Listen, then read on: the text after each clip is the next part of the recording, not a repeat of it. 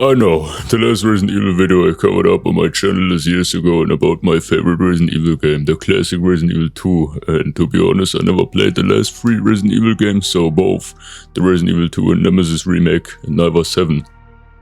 But 8, Village, gives off slight Resident Evil 4 feelings, and the first time I heard Village I really thought Leon Scott Kennedy would revisit the Village in Spain, yet I saw it's another game with Ethan Winters, who is up to this day a Resident Evil character I didn't understood nor feel like I want to play him. So I still have hopes and a couple of hints why we could play as Chris Redfield in this game. And thereby, greetings survival veterans, Dino here.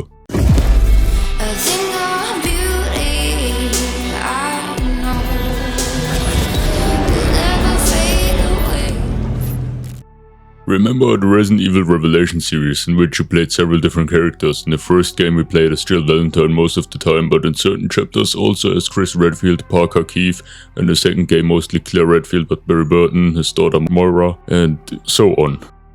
So what if one of the main series games introduces us again to a several playable character scheme after all those years? The last one was Resident Evil 6, prior to that Resident Evil 4, then Resident Evil 2, and 0, so every second game in the main series allowed us to play 2 protagonists. And yeah, I know, I'm well aware that 0 came after the Resident Evil 1 remake, and prior to Resident Evil 4. There were also several key elements in a recent story trailer. I gotta be honest with you, vampires is next to pirates the least interesting topic in a video game for me.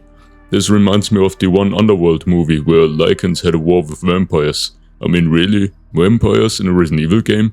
And what's next? Ghouls in a Resident Evil game? Transformers? Or maybe the Doom portal opens up and replaces the Doomslayer? Come on, Capcom. And not to talk about the disturbing fanarts of the Tell Vampire Lady some weirdos made. Well anyway, as I'm someone who enjoys games for depth, a well-told story, or a game mechanic that are way ahead of their time, like Metal Gear Solid 1 and 3, Splinter Cell 1 and Chaos Theory, the first 3 Silent Hill games, Death Stranding or Spec Ops The Line, I'm almost safe to say this RE title might have more depth than it seems at first. The trailer gave us some indications who the real villain might be, a woman that remains still unknown and we only heard her being mentioned as Mother Miranda, and that she used to be a helpful woman who always protected the poor civilians once.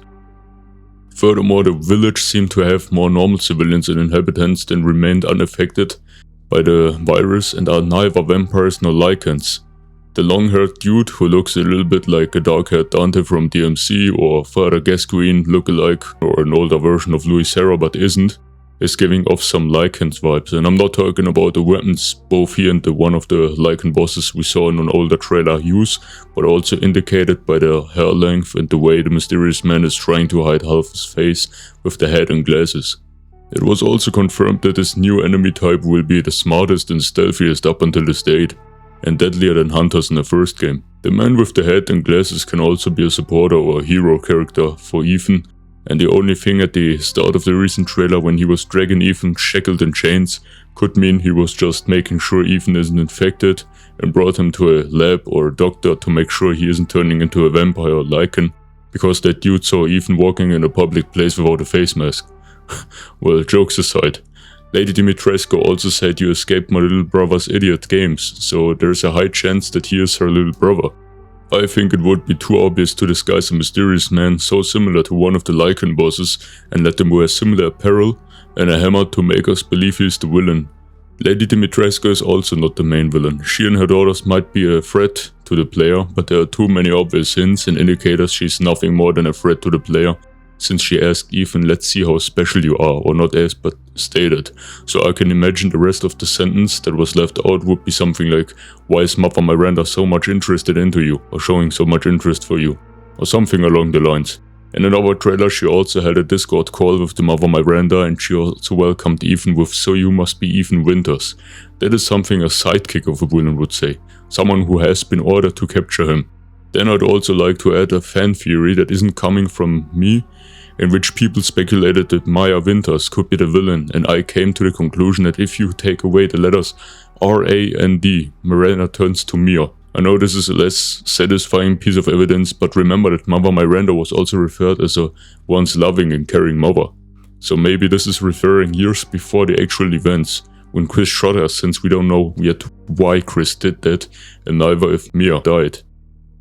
Chris also seemed to interact normally with Ethan in the encounter, but then again, it's just a trailer, and trailers are known to have audio tracks that are put to a different visual scene that is out of context. The visual scenes that are overlaid might have nothing to do with what is played in audio track, and dialogues are cut to an extent that we are just teased with what will come, but in a different context. Well, I hope you understand what I mean by that, since I'm not the best in explaining that as a foreigner to the English language. And please don't get confused by the last wallpaper at the end of the trailer. It is only indicating that Chris will be in the game as an important key figure. And there are Lycans as well, but I highly doubt that Chris is or will be a Lycan, and furthermore I'm also not buying the Mia is Mother Miranda thing. So as usual, the comments are always open for speculations in chat. I would like to hear your opinion to what we get so far, and also if you have some sort of ideas. Thanks a lot for that and for tuning in. Stay healthy and have a great day.